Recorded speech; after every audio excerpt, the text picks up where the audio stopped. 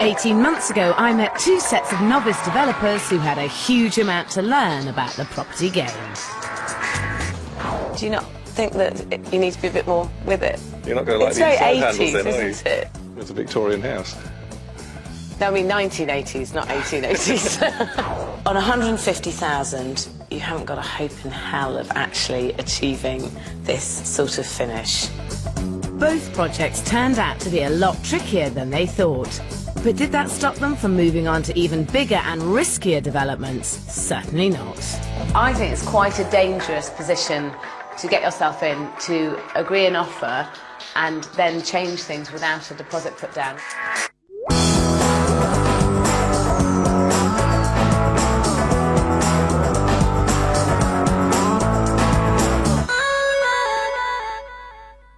Giving up a successful career to launch into property developing is a seriously risky business. Last year I met two such developers who quickly discovered that giving up the day job to become their own boss was not the easy option. Former IT sales manager David Hollingworth thinks developing full-time is the way to get a better quality of life. He's pinning his hopes on this 4-bed Victorian terraced house in Crouch End, North London. Ex-dentist Rebecca Lang also wants a more flexible lifestyle. She's bought a 1970s detached family home in Poole in Dorset. Surprisingly, this is one of the country's most expensive places to live, and she wants to cash in. With such an impressive range of well-designed luxury homes on the market, Rebecca's up against stiff competition. But what she's bought is this.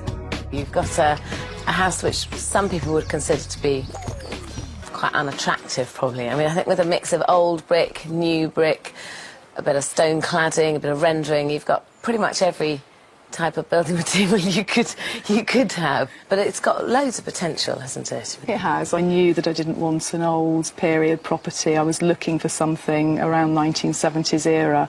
I just felt that that was the ideal property to turn into a very contemporary looking home. It's a good strategy.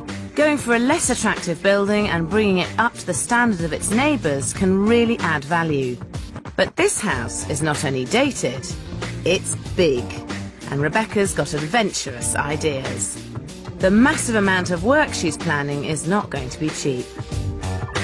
Rebecca bought the house for £405,000 and has a budget of £150,000.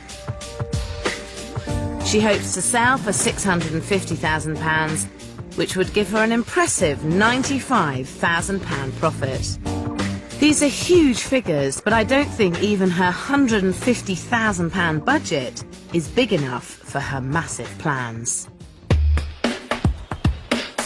At the moment, the house has an uninspiring 4 bedrooms, 2 reception room layout spread over 2 floors. Rebecca wants to create an impressive designer home, and it will be almost unrecognisable. She's giving the front of the house the facelift it desperately needs, adding a 2-storey extension. The new extension will mean a lot of extra space, giving her 4 big bedrooms and 2 bathrooms on the first floor. Rebecca is also adding a whole new storey where she'll have a 5th bedroom and a 3rd bathroom. This 5-bedroom house should be great for the family market, and downstairs she's also got some good ideas. The basic layout remains broadly the same, but Rebecca will have a more contemporary open-plan kitchen breakfast room with a modern glass sliding door leading through to a revamped sitting room. As well as this vast living area, the big new extension will give her an additional reception room, making this one very large, spacious house, but with a rather unusual garage. And this is storage? Yes, it is, yes. I'm actually going to put double garage doors at the front, so it actually looks like a double garage. Right. But you won't get a car in this way? You won't get a car in this way. It's something I have thought long and hard about, but I feel that nowadays most people don't use their garage for cars. It's a great big driveway at the front, it's got lots of off-road parking, and I just feel it would be better used as storage. I think it's a very bad impression to set somebody who's going to come and look round that they see double doors of a garage, come in and think, oh, we can't fit a car in anyway. Yeah. I think that their initial thought will be, well, what else doesn't work in the house? In a property this size in this area, buyers expect and will pay good money for a decent-sized garage. She could easily create one by simply changing the layout. But I wonder exactly who this house is for. I'm thinking, well, if it was my house, how would I want to use the space? And I would actually want this as 2 separate rooms, but perhaps it's me being blinkered because I have so many children. Other families might not have quite so many kids. Rebecca's risks are high. The stakes would be huge for anyone, but she's a single mum with 4 children to support. She's bravely sold their family home, given up her job, and invested all the family savings in this development. I'm looking forward to standing here, looking up at the house and thinking, that looks good, I've done a really good job of this. Let's hope I achieve it, hey? Not only has Rebecca taken on a massively ambitious project, but I think she's totally under-budgeted. She's taking one hell of a gamble. And she's not the only one. In Crouch End, North London, David Hollingworth has quit a successful job in IT. Just imagine this is my ex-boss. He's put his family's life savings on the line and remortgaged their home in order to buy this 4-bedroom Victorian terraced house. There's a lot riding on it for David and his family, and his wife Christine is yet to be convinced it's the right move. This is the largest amount of debt we've ever had in our lives, and we're probably the least solvent we've ever been in our lives, because in our household of 4, there's only me working. It's paramount really that this project is successful, because we are looking to make this a major source of income. So yes, it's absolutely vital that we make a profit. David's given himself just 8 weeks to turn this place around. A good strategy if he can pull it off.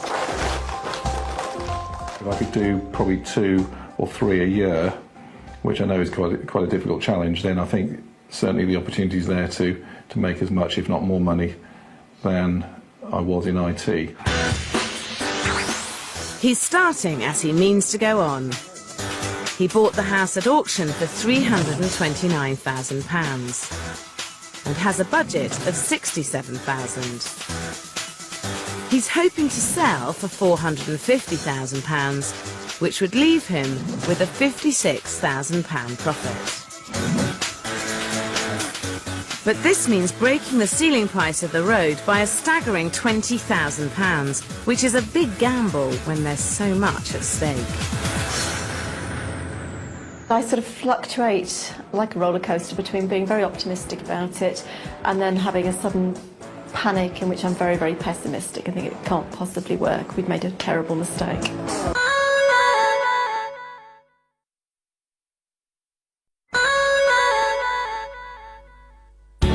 In North London, David Hollingworth has given up a highly paid, stressful job, hoping for a better quality of life as a developer. I was hating my job, so I took a step back and actually thought, what would I do I really want to do this for another 20 years? His strategy for success relies on breaking the ceiling price of this road in just 8 weeks. It's an ambitious target, so his plans have got to be spot on. This house could be perfect for the family market, but I'm not sure David's ideas go far enough. On the ground floor there's a double reception room which needs modernising, and a small dark kitchen with a loo and utility room at the back. In order to create a family kitchen, he's knocking through and adding ever-popular French doors onto the garden. But he's losing the loo, which in a family house like this is not ideal. It's important to get a downstairs loo into a family house, and this is going to be a family market. And I think you can probably fit a downstairs loo in the space you've already got by making a smaller door to the cellar. The cellar is, after all, only storage. The space under the stairs is big enough for a loo if David moves the door to the cellar. That would be excellent if we could do that. That would be quite a good solution, I think. It ticks a box, and people are more likely to want to buy this house than another house. Upstairs, David's also forgetting his market. He plans to turn 4 small bedrooms into 3 larger ones, but he's sticking with only 1 small bathroom, which is a problem. But again, there's an easy solution. I would be tempted, if I was you, considering the room proportions, to get an ensuite in here. Victorian terraces of 3 bedrooms don't tend to lend themselves to having a bedroom with an ensuite bathroom as the master suite and then a separate further bathroom. So if you can achieve it here, it'll make this house stand apart. I think that would be a good idea. Whether we need to do that and the downstairs cloakroom as well. So If you do both, you've got the ultimate layout for a family house, haven't you? yes, I mean, it's a question then of the extra £5,000 to £10,000 spent on that. Are you going to get that back in the sale value? So I think if you're careful, you could do them both for 5, and I think you will get 5,000 more. An extra bit of work. Not only that, but if he's to smash the ceiling price, everything has to be right on the nail. If he gets the bed and bath ratio right, he could be in with a chance. But having given himself only 8 weeks, David really needs to make up his mind and get on with it. What are you going to do out here? I haven't entirely decided. I mean, I could spend quite a lot of money doing this garden up with new flagstones, decking, etc., or I could simply tart up the garden relatively inexpensively. Do you know, it seems to me there's a lot of issues with this development where you're not quite sure which way you're going to go, and that's your biggest problem with it. You've given up a very successful job where you're paid a lot of money to develop full-time, and you need to be successful at it. You need to formulate a plan, make that plan early on and stick to it, because I think if you dither as much as you are dithering, there is a danger that you'll never quite make up your mind which way you're going, and that's a dangerous position to be in. Even more dangerous is not to be around whilst work gets underway. If David really wants to make a living at this, he needs to be on site daily. Instead, he's taking 2 whole weeks out of his meagre 8-week schedule to go on holiday, leaving his builder and roofer to start without him. I'm John, the builder. Hello, John. Yeah, my name's Alan, the roofer. Ideally, David would have been here this week. Some things, like the downstairs toilets and positionings of the upstairs cloakroom, the ensuite, will have to wait until he gets back next week. By the end of the 2 weeks, the site is at a virtual standstill.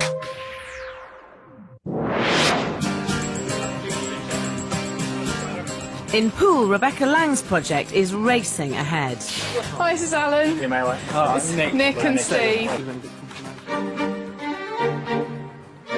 Rebecca's decisiveness is really pushing this project forward.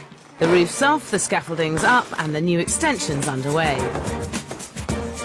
But she still plans to put fake double doors onto a tiny garage. Having garage doors with no garage behind it is a fundamental problem with this house, and you're creating this luxurious contemporary space that doesn't work. Someone who's prepared to pay £750,000 for a house is likely to have a very expensive car to go with it, and I think that you need to provide the option of having a garage to put that car in. If they've got the car to match and they've got the sort of money, then I think that they'll think nothing of taking down a wall and saying, I want a double garage, it's a high priority to me. If somebody buys a newly modernised house, it's because they don't want to do any building work. So I don't think it's a very good argument to say that if they want to knock a wall down, they can always do it themselves. I think we're going to have to agree to disagree, aren't we? We are. And there's one other thing we differ on, and that's how much it will cost to complete a project of this size. I'm not sure she's done any research into what pool buyers expect in terms of finish and how much that all costs. It's time to see what the local competition is offering. And the detailing on this flat is really what carries it, with the balustrading, the banisters, the kitchen, the worktop's lovely, and even the tap. These sort of finishes don't come in at 20, 30 quid or 200, 300 quid a go. You're talking about several £1,000s here, several £1,000s there, and to get that sort of finish, you get through money fast at that kind of rate. Yes. I mean, on your budget of 150,000, what were you hoping to achieve? I think I was hoping to achieve this. On 150,000, you haven't got a hope in hell of actually achieving this sort of finish. Realistically, you need to be looking at spending at least 250,000 to achieve the sort of look that the house warrants. I mean, 250,000, that's £250,000. It's a huge sum of money. It's not as if you're saying, well, I think you need to spend just another 20,000. You know, £100,000 is an awful lot of money. I think what you really need to do now is A, talk to agents about whether you can get more for your house, but B, also work out how feasible it is to find more money, because I think you do need to spend a lot more money. It's just a question of Where it comes from. Absolutely. In this exclusive location, only perfection can command the highest prices. If Rebecca's place doesn't match up, she's in danger of making no profit at all.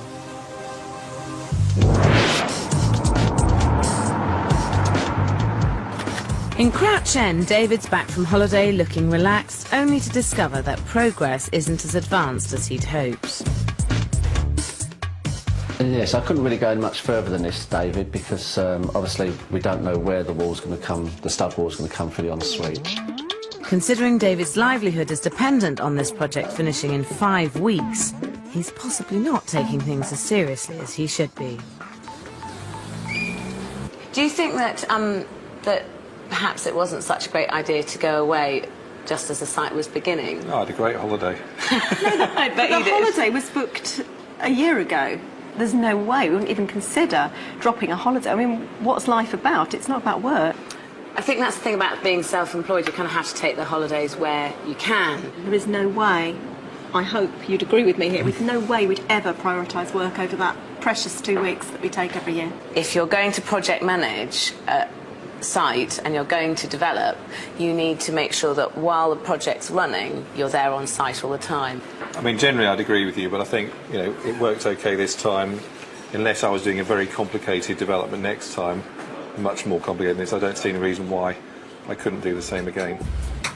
David's attitude to his new career is pretty laid back. But what's more, he still hasn't finalised his plans.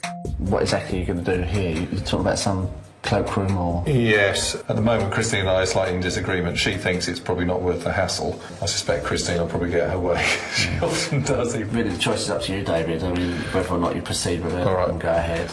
We don't have to. David must make some speedy decisions. And he's got to think carefully about what's going to make this house worth more than any other on the street, because he's got some stiff competition. Are you confident that you're going to get 450,000 asking price for this? I'm reasonably confident. There aren't many houses of this size in the area, so there's a view that, you know, maybe a 3-bedroom house would get snapped up fairly quickly. I found quite a bit on the market that's just underneath 400,000. I brought some details along to show you. 384 is an immaculate Victorian 3-bedroom house. 369, these are all newly modernised. The only way you're going to achieve a lot more than all of these houses, which are all on the market at under 400,000, is if you tick every single possible box you could for a 3-bedroom house. And that involves having an ensuite, which you've ticked. That's great, you've done that. Having a big kitchen breakfast room, that's great, you've done that. Having a downstairs loo, I think it's a mistake not to have a downstairs loo, because that's one box not ticked. And to have a really fun, cool, contemporary interior that you're not going to get with another house. For the kind of young family market, yes, they expect a good finish, but at the same time they're probably wanting to feel they're also getting value for money. They do want value for money, and I think that the problem is value for money is going to be one of these at under 375, 390. And to make them pay the extra 50, 60,000 for this house, you've got to offer a lot more. David eventually decides against putting in a loo. Size 12. As a new career, he's now throwing all his energy into learning the trade. His decision to work as a full-time labourer on site is a good start. My apprentice is doing very well. He's done excellent so far. He's going to have a little go at a bit of bricklaying soon and thinks it's easy. David's learning and things are speeding up. But with only 4 weeks left, has it come too late for him to meet his deadline? In pool, Rebecca's problems won't be so easily solved. She's desperately under-budgeted and has finally realised the only way forward is to spend more money. I'm actually going to borrow another £40,000 to spend on this project. Although it's a lot more money to borrow, I think it is the right decision. It's obvious, but scary. She's decided she will up the spend. £40,000 is a healthy sum, but it won't stretch far enough on a project of this scale.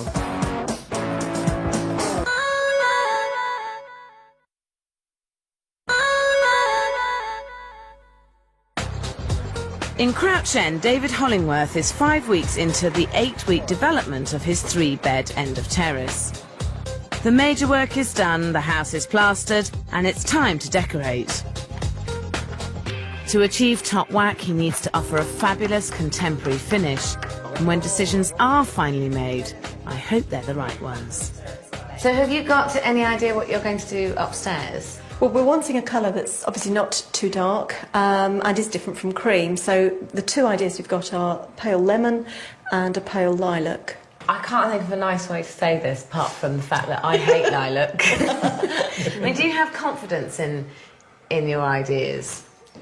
We're not designers. We're really not designers. We have very plain taste ourselves. I don't like anything fancy. Yeah, I would go for plain rather than patterned every time. I think it's absolutely crucial that you have more than a cream house. It needs to be something really special, because for the figure that you're trying to get for the house, it's designed rather than just modernised. Getting the look right for your market can be daunting for a first-time developer, but there is research you can do. So if you're in a trendy area, start by visiting local kitchen and bathroom showrooms to see what's hot and what's not. Check local estate agents' particulars to see what is selling and why. Make sure you read interior design magazines that are aimed at your market. So if you're selling in trendy urban North London, don't buy magazines aimed at country cottages. If all else fails, some big stores such as Habitat, Laura Ashley and John Lewis offer interior design services for around £200 a consultation. Getting the look right is the key to a successful development. But remember, with property, it's not just the inside that's important. With just 1 week to go, it's crucial David gets the outside right as well. It's definitely well worth spending some money out here and some time to make sure that this is a really attractive house from outside on the pavement, because as people walk up, you want them to think, God, this really is the house that I want. The other thing you can do with Victorian Terrace is make sure that the front door gives a really good impression as people walk up to it. You're lucky because you've got the original front door, and I think if you put some really contemporary door furniture on it, you'd have a really good first impression as people walk up to it. Well, I'm halfway through replacing it, as you can see. Oh, are you going to keep it in brass? Yes. Do you not think that you need to be a bit more with it? What's wrong with brass? Well, you're not going to like it's the very inside 80s, handles then, are you? isn't it? Don't you think? It's a Victorian house. No, I mean 1980s, not 1880s. Original detailing would be fine, but if it is reproduction, it's safer to go contemporary. I noticed you've got brass lever door handles. Yes. They look a bit cheap for this sort of development. And I think if you're wanting to get top whack again, it would be better to have painted doors and good solid door furniture that looks really chunky. A straw poll of various friends sort of indicated a kind of bit of a split between, quite a lot of people actually like the pine finish rather, the natural finish rather than painted. Do they live in the countryside though? No, London. Oh, well, do they live in Islington? No, we don't know anyone that trendy. And are they kind of in their mid-30s? Not really, no. So they're not necessarily going to be the sort of people who are likely to actually buy this house? No. It's about creating an overall look that's going to get you the maximum price, and to do that, you need it to be very 2005. Right. Another worry is that David's builders pack up tomorrow, leaving him to finish the job single-handed. If this was my site, we'd be having a firm of decorators in for 3-4 weeks at this stage. Well, I'm I'd planning to do the month. decorating myself. There's a lot to do for you on your own. I'll do it. You're an amazing guy. I know. No, I mean, seriously, I will be working long hours. Yeah, I'm fairly confident I'll get it done. With a pretty vague design plan and no workers to help him finish, I'm worried David could miss both his deadline and his market.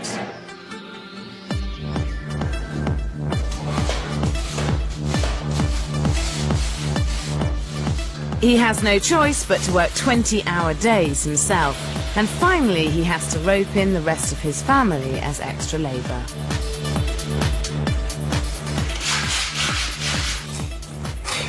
David, this really isn't coming off very easily. It is really hard work. Obviously we're all really tired because it's been absolutely full on for the last couple of weeks. David's been here really late every night. I've been coming after work and we've all been here at weekends. So it's tiring, but there is an end in sight, so we're getting there.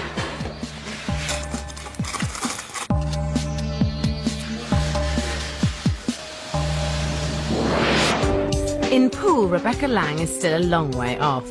But thanks to a bigger overdraft on her credit cards, she now has the extra money she needs. But the stress is taking its toll. I have to say I am constantly tired because trying to fit it all in, looking after the children, running the house and running a development, it does take time and something has to give, and unfortunately it's sleep. I do go to bed very, very late and I have to be up early the next morning. Rebecca's got her family's livelihood riding on this development. She has to be successful.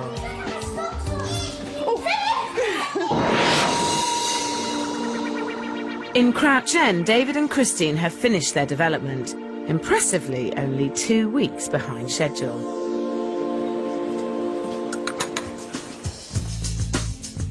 They've turned a run-down, dated house into a desirable 3-bed family home.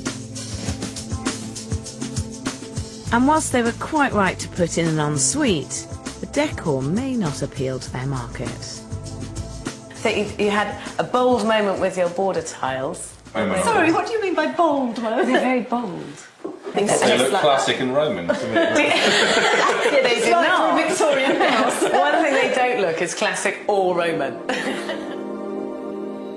Downstairs, the bigger, lighter kitchen with its doors to the garden is a great selling point. And it has a remarkably cool, contemporary feel. It's a great kitchen breakfast room. I mean, this is a lovely, light, big room with doors out into the garden. That's what everyone wants, so you've given it to them. In terms of layout, this house has got everything you could possibly want, perhaps with the exception of a downstairs loo, ideally, in an ideal world. And it just is the last box that could be ticked. Well, I think in a perfect world there would have been a bit more space and perhaps a bit more time, in which case I probably would have done it. Do you regret not doing it? Taking on board everything you've said, we still think for this house, this was the right decision, not to put one in. The whole house is a dramatic improvement, but they may have limited their market slightly. Well, this is a really lovely room, and I think the only thing I would say about this is that I think you've gone down the contemporary route, which is perfect for the market that you're appealing to. You kind of half went there in terms of the design and then slightly chickened out. The shame is that you didn't have the courage to change the door handles and light switch. I think if you'd gone that little step further, it would have ticked the contemporary design box, whilst being a Victorian terrace, because it is traditional. I reckon those are such minor things. I mean, you're talking about 10 or 20 quid a door to change them. If someone really doesn't like what we've got, is not going to stop them buying their house, I don't think, and you know, they can change those if they really want to. Their hard work means they've come in at only £4,000 over budget, which is an impressive achievement. But is it enough to persuade the agents that this house is worth the £450,000 they're hoping for? The ensuite bathrooms is a definite plus. Tiles may be a little bit heavy on the border. It may have helped the wow factor if they've gone a bit more contemporary.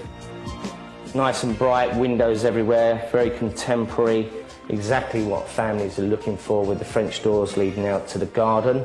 It's generally I'd have liked it to have been a bit more vibrant, a bit more funky perhaps. Where there's potential for a downstairs cloakroom. The brass power points along with the brass door handles are very old-fashioned. I would value this property at £440,000. I value this property at £450,000. Now, we have had some agents round, and they came in with an average valuation of £445,000. If you did sell at £445,000, you would make a £50,000 profit, which is a 12% return. I actually feel slightly disappointed now. Obviously, when I started, 450 was what I was aiming for. That would still be okay, but now we've kind of maybe hoping we'd get a bit more for it.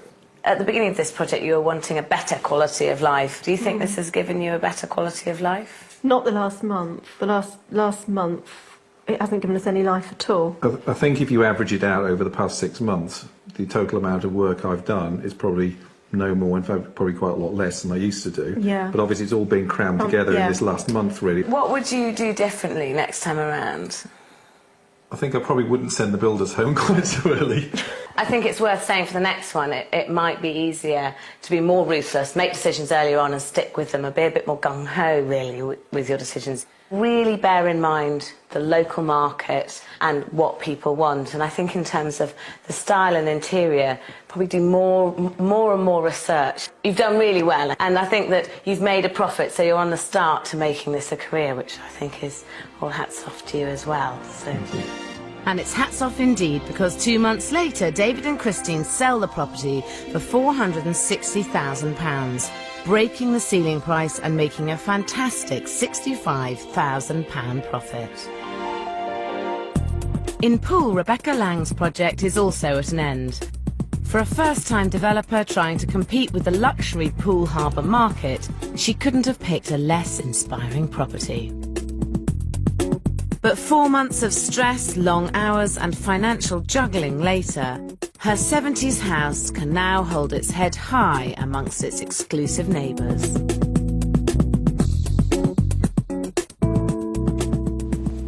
I mean, it's absolutely fantastic. I think, really, the house is unrecognisable to what it was. In facelift terms, this is a really successful one. Yeah, I'm really happy how it looks. Is it as good as you expected? I think it's pretty much what I expected, but it's always reassuring, especially when the big scaffold hood came down, and then you think, yeah, this is what I wanted. I noticed that you've got the double garage doors, but without a garage depth. Do you regret that at all? I don't lose sleep over it. I've gained other things. I've gained an office. I've gained some storage area. I just feel that any family that would want to buy this house, if that area wasn't there, they'd think, it's lovely, but where are we going to hang our coats? And they might have smart cars. And they might have smart cars, exactly. 2 of them.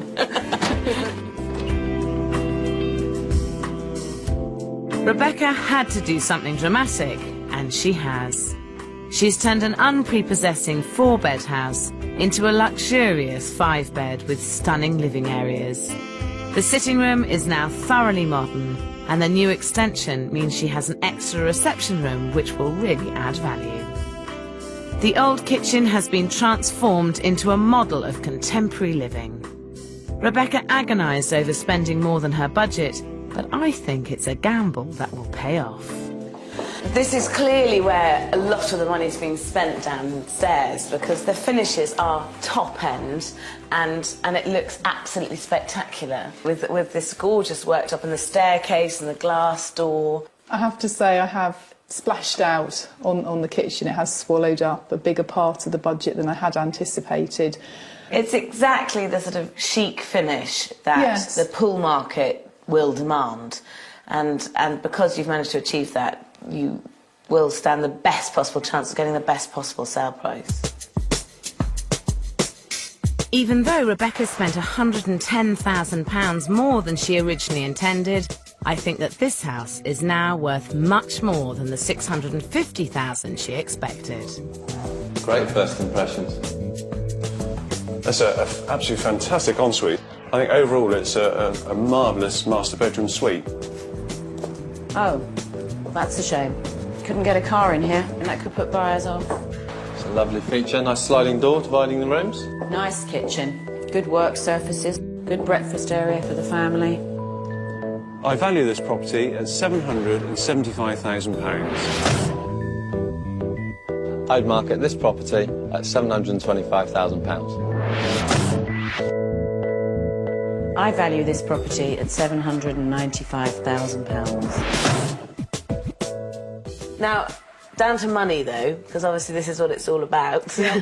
As a gut feeling, what do you reckon that it's worth? So if it was under 700, I'd be very disappointed, and if it was under 665,000, I'd be in trouble. We've had 3 agents round, and they valued it at an average of £765,000. Oh, thank God for that.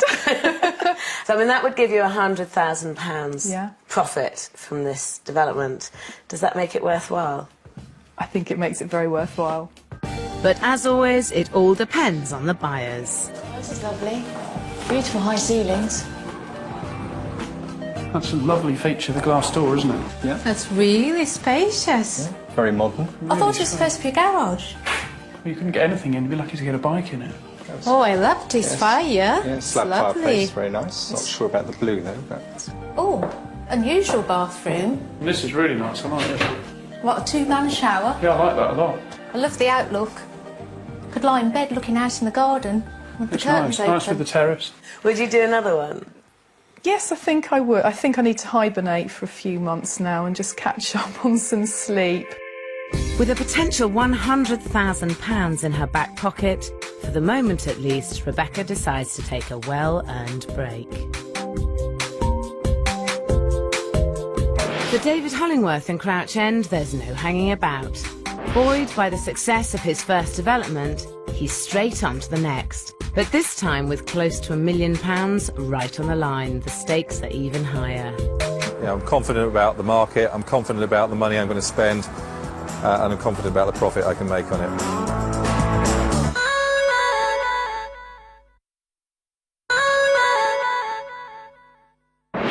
David Hollingworth quit a successful job in IT and made £65,000 from his first year developing.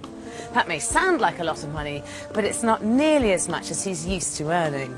So he decided to up the stakes, spend nearly £1 million on his next project in hope of making 3 times the amount he did first time round.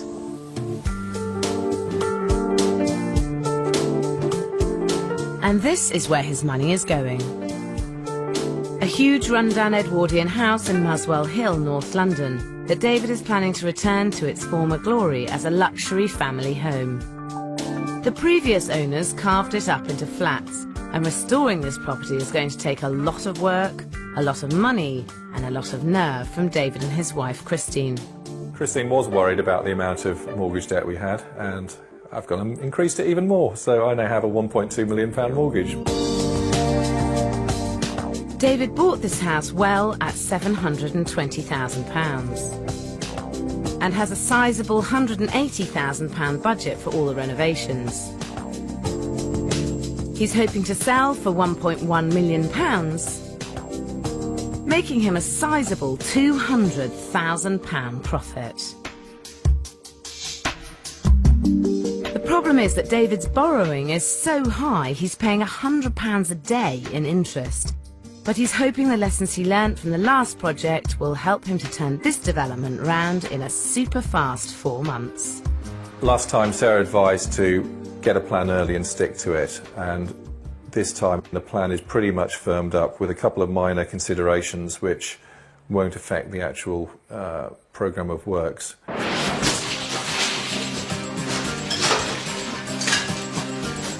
It's week 1 and David's on site getting stuck in right from the start. As he did on his last development, David is both labouring and project managing. Do you know when the stairs are coming? It'll be in fitted Tuesday. OK. The difference is, on a development this size, it's a huge amount to take on. What's more, this time, his family are nowhere to be seen. I haven't got my hands dirty on this project yet. I don't think you will either. No, I don't really enjoy it, I have to say. I really don't enjoy it. I mean, I come along a couple of times a week. I love seeing how it's coming on. But no, I've just stuck to my own job this time. So far, David's coping well on his own. On his last project, he didn't do enough research, but on this one, he has. And he's got some good ideas for the property that should appeal to the family market. He's extending the kitchen and creating a 5th bedroom in the loft. And downstairs, he's using the experience from his last development. This time, he's adding the one thing you should always try to fit into the ground floor of a large family home. Over here, we have the old tradesman's entrance, and that is a convenient cloakroom-sized room. So we are going to have a cloakroom this time. Certainly the house of this size warrants it, and there's enough space to do it.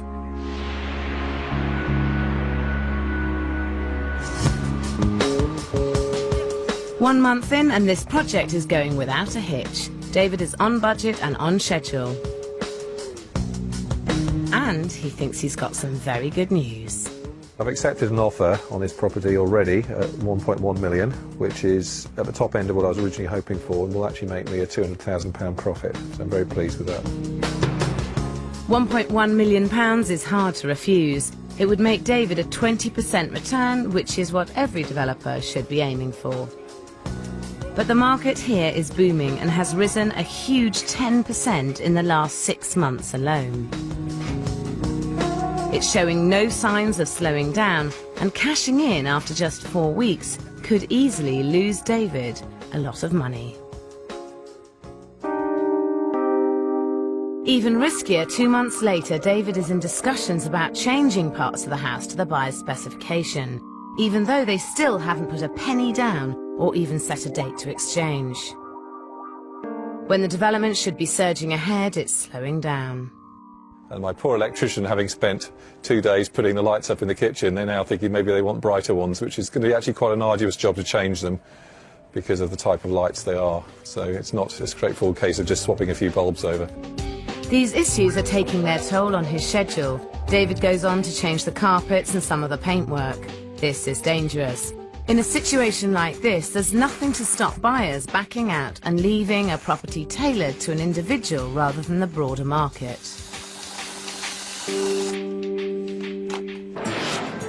But you certainly can't fault the energy David is putting into this project, and he works round the clock to make up as much time as possible. 5 months in, and the development is finally finished. And he's completely transformed this derelict house into a truly luxurious family home.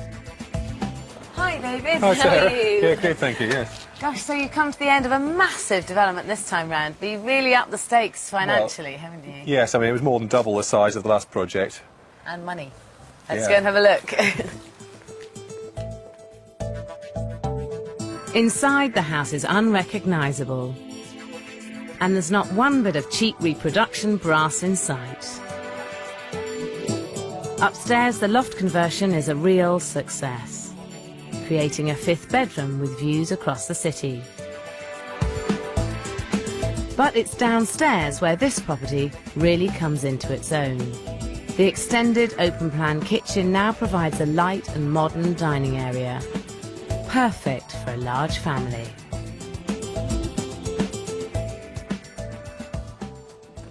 So you've actually extended this quite a lot. You've taken out the side wall here and built this extension on the back. It's a lovely space. Yes, well, I couldn't have wished for more in this room. I mean, it's come out really well. And adding square footage is the best way to add value. And for the family market, you need a big kitchen breakfast room, and you've got one, so well done. Next door, there's a separate sitting room to escape from the chaos of family life. Well, it's a lovely big room and fantastic original features everywhere. Yeah, I mean, the house is absolutely beautiful. And you had an offer 3.5 months ago on this development, and you have made some changes to the specification, even though you hadn't exchanged. In most cases, they had a few suggestions of colours for bedrooms, for example, which, because they were neutral enough, I was happy to go along with. I think it's quite a dangerous position to get yourself in, to agree an offer and then change things without a deposit put down. Personally, I feel if you're going to make any amendments to your development at all to please them, then a buyer needs to actually put their money on the table. Well, actually, yes. In fact, I just exchanged contracts 3 days ago. Well, So- congratulations. That's a phenomenally good end to it all, isn't it? Well It's been done. very good, and obviously it means I'm getting the money almost immediately. This is a great result, and David is getting his £1.1 million quickly. But I just wonder if he sold himself short. My feeling is if you'd held your nerve and gambled a bit more, I think you could have got more for this house. Do you know how much the market's gone up in the last few months? Well, I'm aware it obviously has gone up. By how much, I couldn't say. It's a wise move to know exactly how much a property has gone up.